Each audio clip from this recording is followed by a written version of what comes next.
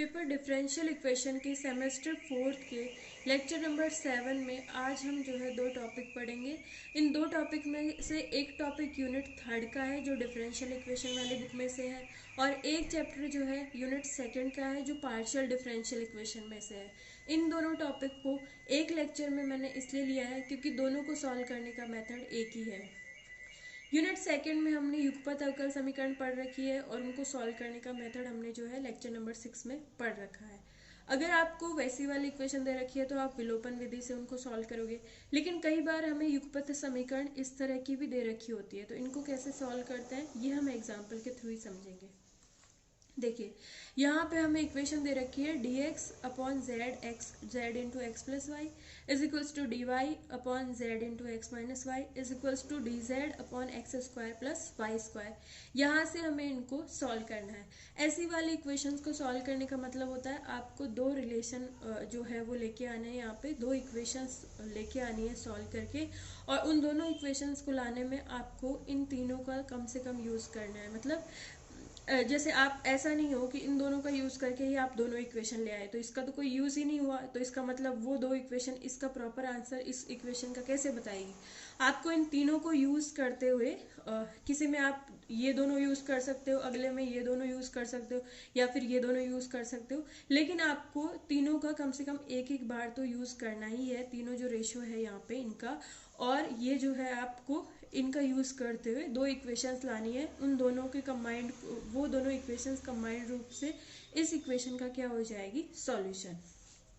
तो यहाँ पर जैसे मैंने यहाँ पर ये तीन रेशो मेरे पास है, मैंने पहले वाले को x से, दूसरे वाले को माइनस वाई से और तीसरे वाले को माइनस जेड से गुणा करके ऐड कर दिया। तो ये जो इसको योग अंतर अनुपात बोलते हैं, यानी तीनों रेशियो को किसी से गुणा करके और प्लस माइनस करके जब ऐड करते हैं तो जो नया रेशो आता है वो इन तीनों के इक्वल ही आएगा।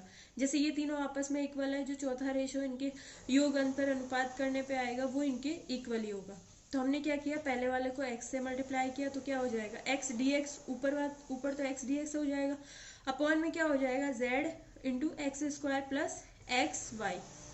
अगले वाले को माइनस वाई से किया है तो ऊपर तो क्या हो जाएगा माइनस वाई डी वाई, और अपॉन में क्या हो जाएगा माइनस जेड को मैंने बाहर ले लिया, ये क्या हो जाएगा माइनस एक्स वाई और minus minus plus y square. ठीक है, फिर आगे क्या बता रखा है, थर्ड वाले को आपको माइनस जेड से गुणा करेंगे तो माइनस जेड से गुणा करने पर ऊपर तो हो जाएगा माइनस जेड डी जेड, और अपॉन में क्या हो जाएगा माइनस जेड बाहर आ जाएगा, और ये क्या रह जाएगा x square plus y square. अब आप देखिए ये हमने इन तीनों को चुना, इस वजह से अपॉन में क्या आ गया जीरो। हम कोशिश करते हैं यहाँ पर ये जीरो आ जाए। देखिए x square plus y square z के साथ प्लस में है, x square plus y square z के साथ माइनस में है, ये इससे कैंसिल होगा, एक्स वाई आपस में कैंसिल हो जाएगी, अपॉन में क्या आएगा जीरो। अब यहाँ पर देखिए ये जो लास्ट वाला रेशियो है वो क्या आ गया x d x minus y d y minus z d z upon zero. ये इन तीनों में से इन तीनों के इक्वल है। तो आप जो है एक रेशियो ये ले लीजिए, एक इनमें से कोई सा दूसरा ले लीजिए, फिर आप क्रॉस मल्टीप्ली, जैसे मैंने ये लास्ट वाला और ये वाला ले लिया तो क्रॉस मल्टीप्लीकेशन करेंगे तो d z into zero zero हो जाएगा, और x square plus y square इसके साथ गुणा होकर इक्वल जीरो आएगा। X square plus y square को डिवाइड कर देते हैं, जीरो में डिवाइड कर देते हैं तो वो हट जाएगा, और आपके पास क्या आएगा x d x minus y d y minus z d z is equal to zero. इसलिए ऐसी वाली इक्वेशन को डायरेक्ट क्या लिख देते हैं x d x minus y d y minus z d z is equal to zero. तो अब जो है इस इक्वेशन को जैसे अब इसमें d x d y d z है, इनको हटाने के लिए और एक्स वाई जेड में रिलेशन लाने के लिए इंटीग्रेशन करना पड़ेगा। इंटीग्रेशन करने पे हमें पता है अगर इसके आगे टू कर दे अपन तो क्या हो जाएगा टू एक्स डी एक्स, किसका इंटीग्रेशन होता है एक्स स्क्वायर का, इसलिए पूरी इक्वेशन को दोनों तरफ 2 से गुणा कर देंगे तो इधर तो क्या आ जाएगा टू एक्स डी एक्स, इधर टू वाई डी वाई और इधर minus two z d Z. अब जो है और इधर जीरो इंटू टू करेंगे तो जीरो ही आएगा। यहाँ पे जो है इंटीग्रेशन कर देते हैं तो ये क्या हो जाएगा एक्स स्क्वायर, इसका माइनस वाई स्क्वायर, इसका minus z square is equals to constant, ये हमने इंटीग्रेशन का कॉन्स्टेंट ले लिया। तो ये हमारे पास एक रिलेशन आ गया। एक और रिलेशन लाने के लिए हम क्या करते हैं, पहले वाले को हम y से गुणा करते हैं, दूसरे वाले को x से गुणा करेंगे। हम ऐसा क्यों कर रहे हैं, इसको y से गुणा करेंगे तो क्या आएगा x y plus y square, और इसको x से करेंगे तो x square minus x y cancel हो जाएगा और एक्स स्क्वायर वाई स्क्वायर यहाँ से कैंसिल हो जाएंगे, तो वापस अपॉन में क्या आ जाएगा 0। तो हमने क्या कहा, पहले वाले को y से, दूसरे वाले को x से और तीसरे वाले को माइनस z से गुणा करके ऐड कर देते हैं। तो ऊपर हमारे पास क्या आएगा, y dx plus x d y minus z d z आ जाएगा।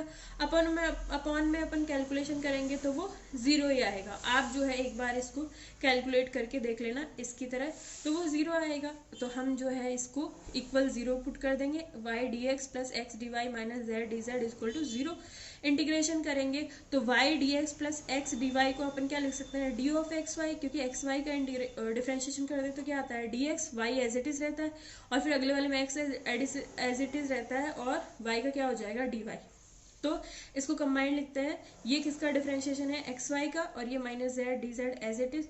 इंटीग्रेशन करेंगे तो ये डिफरेंशिएशन का साइन हट जाएगा और ये एक्स वाई आ जाएगा और इसका क्या हो जाएगा, ऊपर नीचे 2 से मल्टीप्लाई करेंगे तो 2z डी जेड का क्या हो जाएगा जेड स्क्वायर और 2 अपॉन में है ही 2 को एलसीएम लेके जो है क्रॉस मल्टीप्लिकेशन कर देते हैं तो क्या आ जाएगा 2xy minus z square is equal to second वाला कांस्टेंट को c2 नाम दे दिया।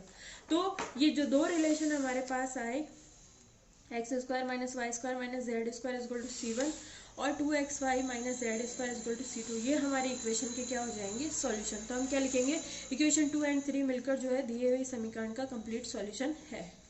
एक और ऐसे इक्वेशन को सॉल्व करने का एक दूसरा मेथड और होता है, वो हम इस वाला एग्जांपल की हेल्प से समझ लेते हैं। जैसे यहाँ पे भी हमें 3 रेशो दिए हुए हैं, आपको 3 ही रेशो दिए जाएंगे इसमें।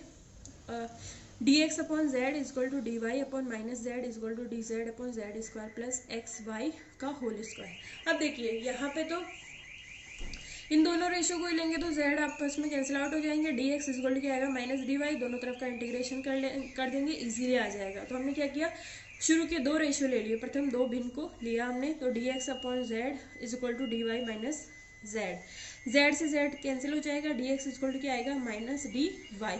इंटीग्रेशन कर देंगे तो x is equal to minus y plus c1, minus y को इधर ले आएंगे तो x plus y is equal to c1। अब हम जो है आगे यहाँ पे x plus y is equal to c1 आ गया, तो यहाँ पे x plus y is equal to c1 लिख सकते हैं। तो ये क्या हो जाएगा d z upon z square plus c1 का स्क्वायर। अब आप जो है वो इन दोनों के यूज से हमने एक रिलेशन निकाल लिया। अब इसको यूज करते हैं, इसके साथ या तो आप इसको ले लीजिए या फिर इसको ले लीजिए, 2 रेशो और लेके हमें एक और रिलेशन लाना है क्योंकि अभी इसका यूज नहीं हुआ है। तो इसका यूज करने के लिए इसको अपन ने कर दिया डी जेड स्क्वायर और एक्स प्लस वाई का होल स्क्वायर, जिसको हम क्या कर देंगे c1 का स्क्वायर इसकी हेल्प से। और इसके साथ जैसे मैंने ले लिया d y upon minus z, तो देखिए यहाँ पे d y upon minus z is equal to d z upon z square plus x plus y का whole square. X plus y को मैंने इस वाले रिजल्ट की हेल्प से c1 पुट कर दिया, तो d y upon minus z is equal to d z square plus c1 square. अब देखिए चरों का पृथक्करण कर देते हैं, z वालों को एक तरफ कर लेते हैं, y वालों को एक तरफ कर लेते हैं, तो माइनस डी वाई इधर रह जाएगा इज इक्वल्स टू z इधर चला जाएगा z डी जेड और अपॉन में क्या चल रहा है Z square plus c1 square. अब जो है दोनों तरफ का हम इंटीग्रेशन कर देते हैं, तो ये क्या हो जाएगा माइनस वाई, ये जो है हमारा क्या आएगा ऊपर नीचे हम 2 से मल्टीप्लाई कर देंगे, ऊपर जो है 2z किसका डिफरेंशिएशन हो जाएगा Z square plus c1 square का। तो हम इसको क्या करेंगे log of z square plus c1 square और बटा 2, और जो कांस्टेंट है वो भी हमने लॉग की फॉर्म में ले लिया।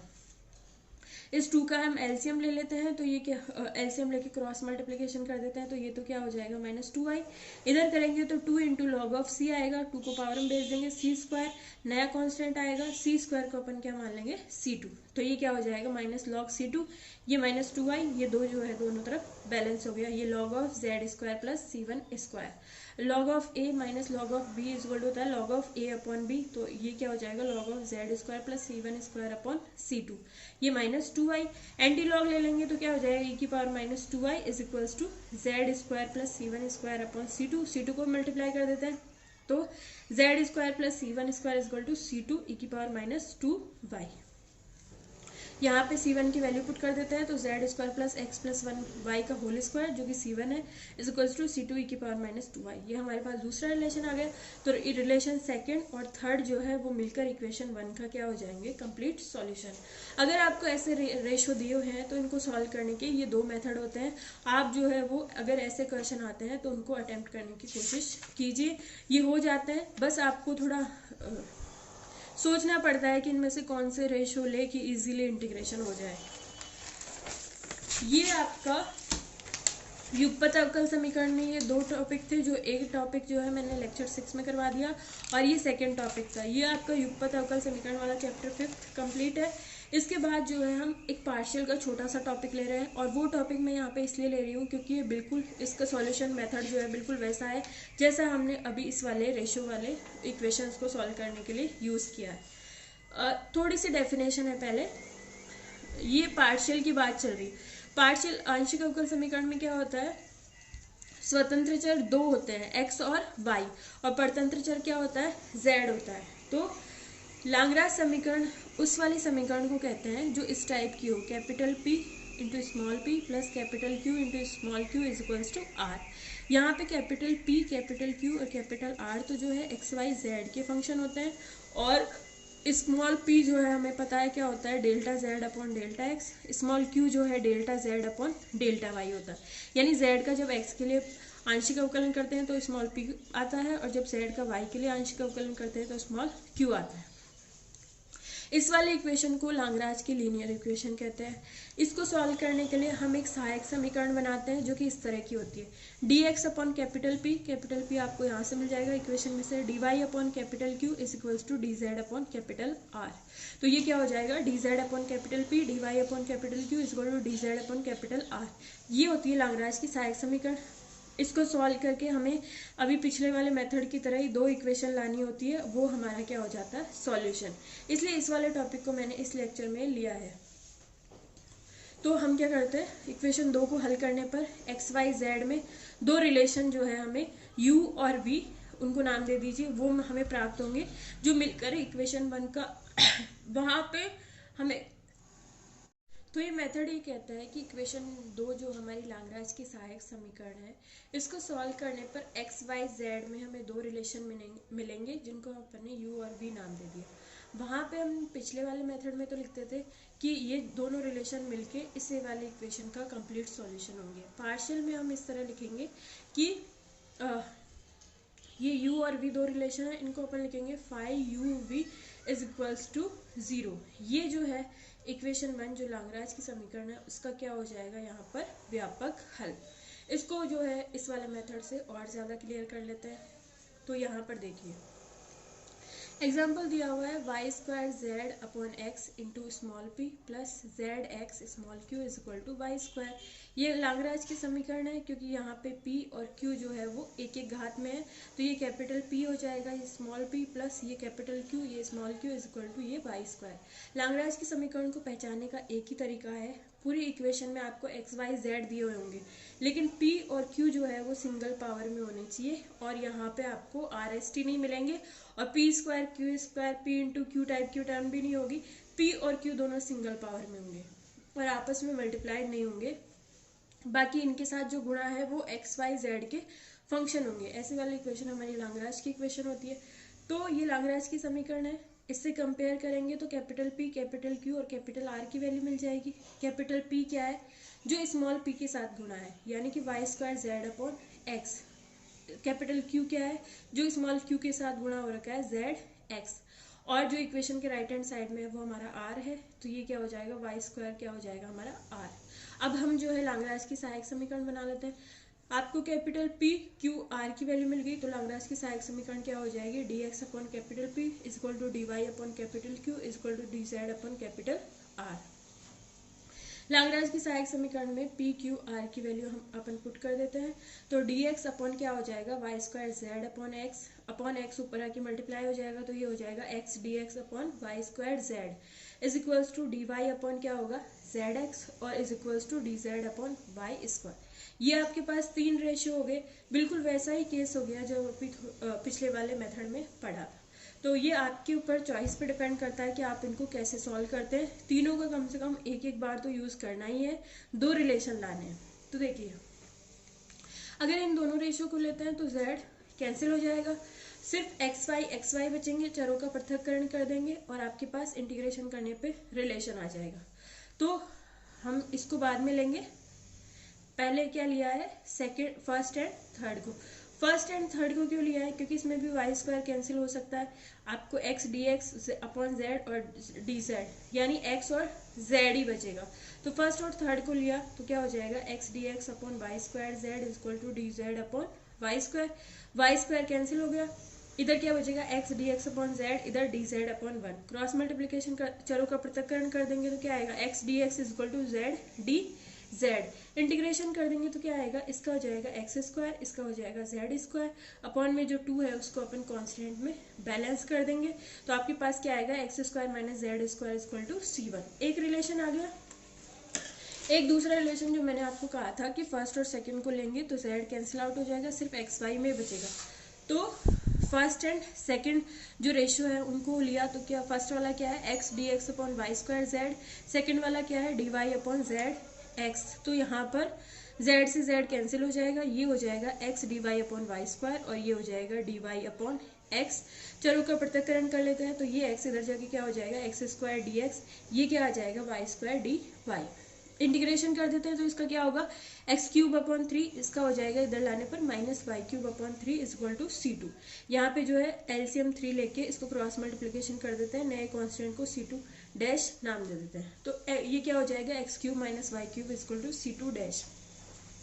पिछले वाले मेथड से यहाँ पर डिफरेंस ये है, पिछले वाले मेथड में हम क्या करते थे, ये वाला रिजल्ट, ये वाला इक्वेशन और ये वाली इक्वेशन मिलकर जो है फर्स्ट वाली जो गिवन इक्वेशन है उसका हमें कंप्लीट सॉल्यूशन प्रदान करते हैं। यहाँ पर पार्शियल में हम ये लिखेंगे, ये हमारा u हो जाएगा, कांस्टेंट को आप छोड़ दीजिए, जो रिलेशन है एक्स वाई जेड वाला उसको ही देखिए, तो x square minus z square ये u हो जाएगा और दूसरे वाले को अपन v मान लेंगे। तो हमारा सॉल्यूशन क्या होता है, phi u v is equal to 0। तो सॉल्यूशन क्या हो जाएगा, फाइव जो कोई अननोन फंक्शन है, phi x cube minus y cube, ये v को पहले लिख लिया और ये x square minus z square, ये जो है हमारा u हो जाएगा इज इक्वल टू 0। ये इक्वेशन 1 का क्या है, व्यापक हल है। यहाँ पे कंप्लीट सॉल्यूशन ये इसका नहीं देता, ये इसका कौन सा देता है, जनरल सॉल्यूशन। तो ये क्या हो जाएगा, phi u v is equal to 0, जहाँ पे इसको u माना है और इसको v। तो ये एक पार्शियल का छोटा सा मेथड है, लाग्रांज इक्वेशन, जो बहुत ज़्यादा इंपॉर्टेंट है। आप जो है इसको अगर एग्जाम में इसके क्वेश्चन आते हैं तो आप जो है अटेम्प्ट करने की कोशिश कीजिए इसको।